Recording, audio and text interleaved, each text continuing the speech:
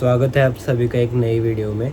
और जैसे कि अब फेब इनटेक पास आ रहा है तो धीरे धीरे काफ़ी स्टूडेंट्स के कुछ ना कुछ पर्सनल पे मेरे डीएम आते रहते हैं, तो मैंने सोचा क्यों ना हर एक इशू के ऊपर स्टेप बाय स्टेप एक वीडियो बनाता रहूं। तो आज की वीडियो होने वाली है कि जब आपको आपका स्टूडेंट वीज़ा मिल जाए उसके बाद आपको क्या चीज़ें करनी चाहिए जब तक आप यहाँ ऑस्ट्रेलिया में ना आएँ। तो उसकी मैंने एक लिस्ट बना ली है अपने पास, ताकि कोई भी पॉइंट मिस ना हो तो मैं बीच बीच में इसमें से क्रॉस चेक करता रहूँगा। तो सबसे पहली चीज़ है कि अपने स्टूडेंट वीज़ा की रिस्ट्रिक्शंस समझना। आप नेट पे देख सकते हैं या फिर आप पे जो आपको स्टूडेंट वीज़ा का आपको पीडीएफ भेजेगा आपका एजेंट, जब आपको रिसीव होएगा वो ग्रांटेड में, तो उसमें नीचे रिस्ट्रिक्शंस लिखी होती हैं। आप सारी वो ढंग से पढ़ें ताकि आप कोई भी वो वायलेट ना करें।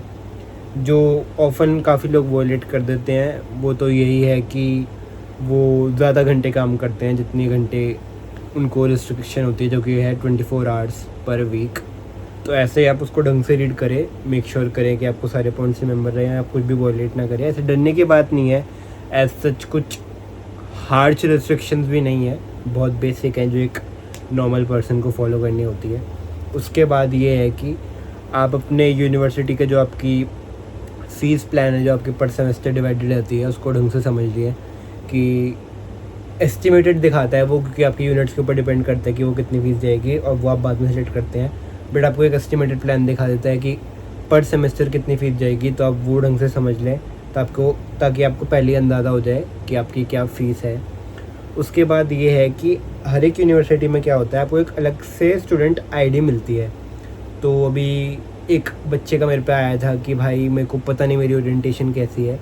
तो उसका बेसिकली ये रहता है कि या तो आपको डायरेक्ट मेल आएगा या फिर आपके एजेंट को मेल आएगा जब आपको आपकी सीओई वगैरह मिलती है। उसके साथ में आपको नीचे लिखा हुआ आएगा कि आप अपनी ये आईडी लॉगिन कर लो और उसका पासवर्ड सेट कर लो। जब आप वो आईडी लॉगिन करोगे स्टूडेंट वाली अपनी वेबसाइट पे, उसके बाद आपको सारी उसकी नोटिफिकेशंस आना चालू हो जाएंगी। आप उनके यूनिवर्सिटी का ऐप भी डाउनलोड कर सकते हैं। फॉर एग्जांपल मेरी क्यूईटी यूनिवर्सिटी है, तो अगर मैं उसका ऐप डाउनलोड करके उसमें आईडी लॉगिन करूँगा तो मेरे को सारी नोटिफिकेशंस आने लग जाएंगी। बट वेबसाइट से भी काम चल जाता है, तो उसमें आपको आपकी ओरिएंटेशन पर चल जाएगी कब है, तो आप उस हिसाब से अपनी फ़्लाइट्स प्लान कर सकते हैं। फ़्लाइट्स मैं कहूँगा कि जितना पहले कर पाएँ, आई मीन जैसे ही आपको स्टूडेंट वीज़ा मिले उसके बाद जितना अर्ली कर पाए उतना सही है, क्योंकि जैसे जैसे टाइम पास आता रहता है फ़्लाइट का, वो महंगी होती रहती हैं। और फेब में तो वैसे भी काफ़ी लोग आते हैं तो और ज़्यादा महंगी हो जाती हैं। और एक ये डाउट रहता है कि कितना पहले आएँ। देखो ये तो आपके ऊपर डिपेंड करता है। मान लो आप बहुत अमीर हो और पहले ही घूमना चाहते हो तो फिर तो आप 1-1.5 महीने पहले आ जाओ, आराम से घूम लो, उसके बाद अपना यूनिवर्सिटी स्टार्ट करो।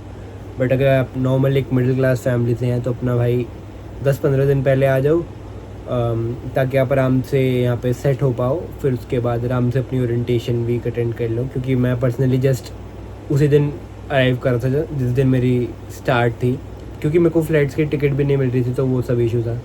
और एक जो ये मैंने आपको स्टूडेंट आईडी की बात बताई जो आपको ऑनलाइन लॉगिन करनी है, इसमें ही एक आपका बहुत इंपॉर्टेंट काम है जो कि है यूनिट सेलेक्ट करना।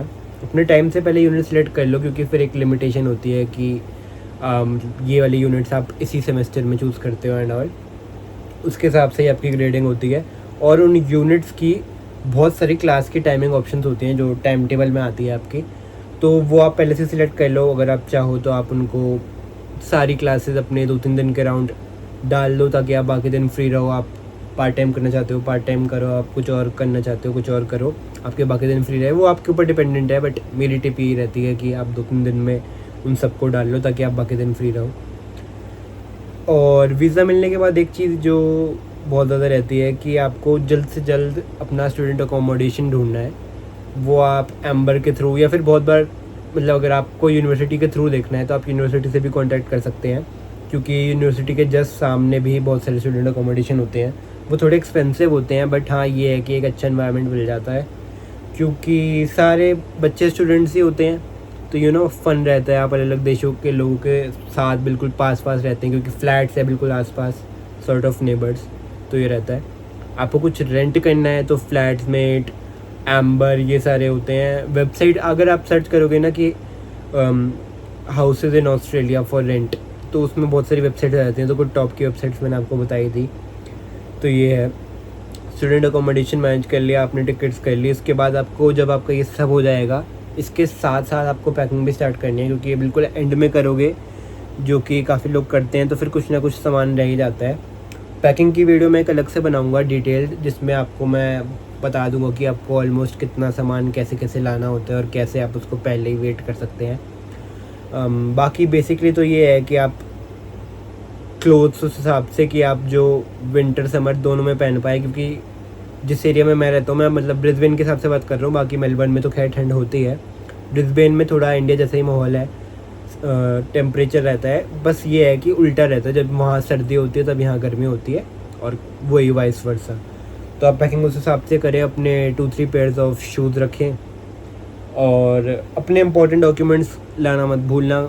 बहुत लोगों के इंपॉर्टेंट डॉक्यूमेंट्स वहीं रह जाते हैं, फिर कुछ ना कुछ यहाँ पे किसी चीज़ की रिक्वायरमेंट के लिए चाहिए होता है, तो फिर उनको ये रहता है कि कब जाके वापस लेके आएँ, कैसे करें। अगर आप के पास ड्राइविंग लाइसेंस नहीं है तो जल्द से जल्द बनवाएं, यहाँ पे काफ़ी नीड पड़ती है। मैं जस्ट आने से पहले ही 18 का हुआ था, तो मेरा पॉसिबल नहीं हो पाया था, बट मुझको पता चलता है कि यहाँ पे कितनी ज़्यादा नीड है। तो अगर आप 18 अबव हैं तो जल्द से जल्द अपना लाइसेंस बनवाएं और लाइसेंस भी लेके आएँ, यहाँ पे काम आ जाता है, और ताकि आपको कल को कोई कार लेनी हो तो वो आपके लिए ईजी रहे। वरना यहाँ पे थोड़ा सा लंबा प्रोसेस है ड्राइविंग लाइसेंस मिलने का, और अपना इंडिया वाला यहाँ चल जाता है। तो मेरी तो टिप यही रहेगी कि आप वहाँ से लेके आएँ। इम्पोर्टेंट डॉक्यूमेंट्स में आप अपनी, मान लो आपने 12th पूरी करी है तो उसकी मार्कशीट एंड ऑल, 10th की मार्कशीट, आप अपनी COE, अपना वीज़ा, अपनी टिकट्स का print out, for the safer side आप आधार कार्ड का प्रिंट आउट, अपने पैन कार्ड का प्रिंट आउट, अपना ओरिजिनल पैन कार्ड, अपना ओरिजिनल आधार कार्ड, ये सब भी ला सकते हैं। और जो डॉक्यूमेंट्स आपको लगता है कि इतने ज़्यादा इंपॉर्टेंट नहीं है, आप उनके फ़ोटो खींचे फ़ोन में PDF बना के ला सकते हैं, ताकि जस्ट अगर आपको कभी फ़ोन में दिखाने हो तो आप दिखा पाओ। और एक बेसिक मैं तो कहूँगा पाउच भी रखो अपना, उसमें पाउच में पेन वगैरह, वैसे तो ऐसे कुछ यहाँ महंगे नहीं है, मैं तो बेसिक बात कर रहा हूँ, क्योंकि पेन इतने वैसे भी यूज़ नहीं होते, तो अपने इंडिया से ही ले आओ, 3-4 पेन उसमें डाल के, पेंसिल वगैरह डाल के, तो ये रहता है। जैसे मुझे अब तक पेन की नीड नहीं पड़ी। एक चीज़, हाँ, अगर आपका कोई भी सब्जेक्ट में मैथ्स है तो आप एक कैलकुलेटर लेके आ सकते हैं। कैलकुलेटर यहाँ पे भी सस्ता है, बट अगर आपको साइंटिफिक वाला कैलकुलेटर चाहिए, साइंस वाला, जिसमें और भी सारे ऑप्शंस होते हैं थीटा वगैरह के, तो आप इंडिया से वो भी लेके आ सकते हैं। जैसे मेरा भी एक एग्ज़ाम था तो उसमें मैंने यहीं से ख़रीदा था, तो ये सीन है। और आप क्योंकि यहाँ पे नए नए होंगे, आपको जस्ट एकदम आते ही तो बैंक अकाउंट बनेगा नहीं, तो आप कुछ ना कुछ अमाउंट करेंसी का भी एक्सचेंज करके आएँ, ताकि फॉर द सेफर साइड आप पे कुछ पैसे तो हों। जैसे ही आप यहाँ पे अराइव करो, आपको कुछ लेना हो या फिर आपको ऑन स्पॉट कुछ आके खाना हो, तो आप किसी तरीके से पे कर पाएँ। और मैं तो यही कहूँगा भाई कि इतनी टेंशन वाली बात नहीं है। आपका जो सबसे ज़्यादा इम्पोर्टेंट काम था स्टूडेंट वीज़ा मिलना, वो आपको मिल चुका है। अब ये सारे काम तो बहुत ईजी हैं, बस मेन ये है कि टिकट टाइम से बुक करा लेना, वरना फिर वो बाद में थोड़ी कॉस्टली पड़ती है। तो ये थी मेरी सारी टिप्स। आई होप मैंने सारी चीज़ें कवर कर ली होंगी, बट अगर आपको फिर भी कोई और डाउट है इस टॉपिक से रिलेटेड तो आप मेरे को बता सकते हैं। अगर आपको किसी और चीज़ से रिलेटेड भी डाउट है तो आप वो भी बता सकते हैं, क्योंकि अब मैं इन सारी चीज़ों पे ही बहुत रेगुलर बेसिस पे वीडियो डालने लग जाऊँगा, क्योंकि जनवरी इनटेक पास आ रही है और आप लोगों को कुछ ना कुछ हेल्प करना चाहता हूँ मैं। तो अगर आपको ये वीडियो पसंद आई तो लाइक करें और चैनल को सब्सक्राइब करें। मिलता हूँ मैं आपसे नेक्स्ट वीडियो में, तब तक के लिए बाय, टेक केयर।